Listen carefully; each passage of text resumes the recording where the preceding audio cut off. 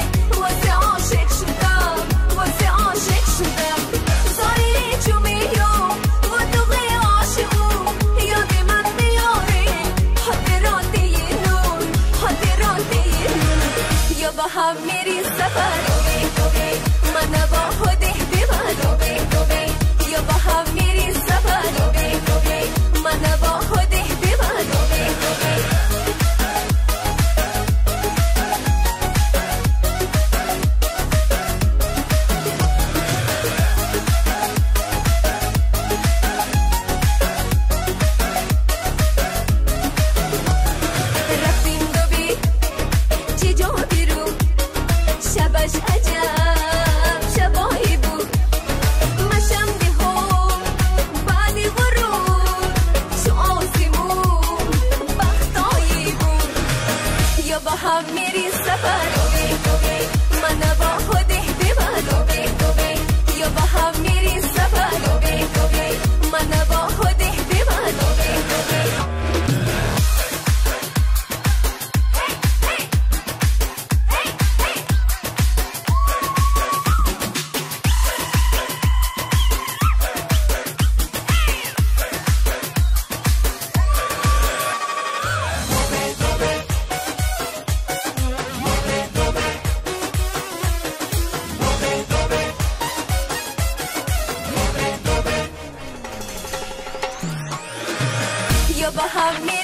سفر من با خودی بمان یا با هم میری سفر من با خودی بمان یا با هم میری سفر من با خودی بمان یا با هم میری سفر من با خودی بمان. Stell dir vor, deine Bank ist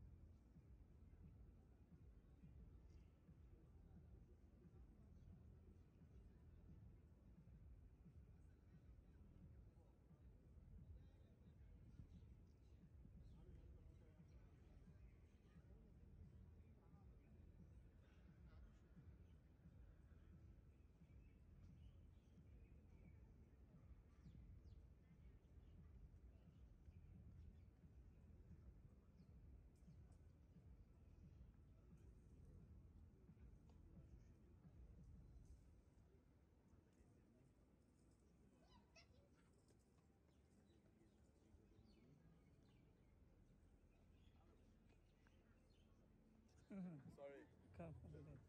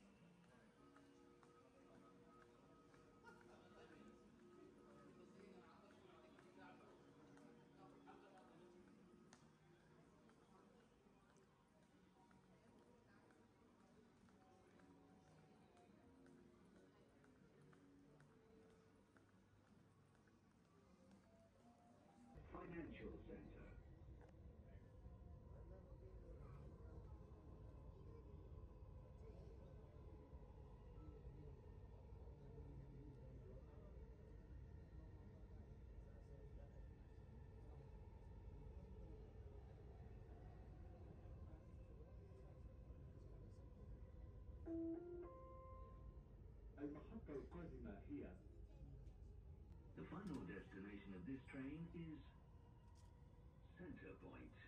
The next station is Emirates Towers.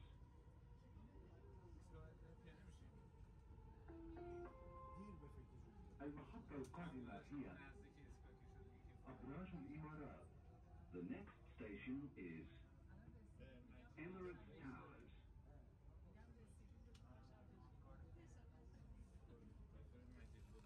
Center Point. The next station is World Trade Center.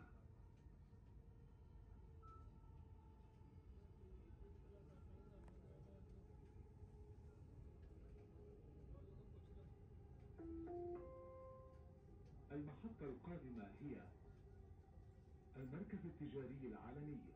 The next station is World Trade Center.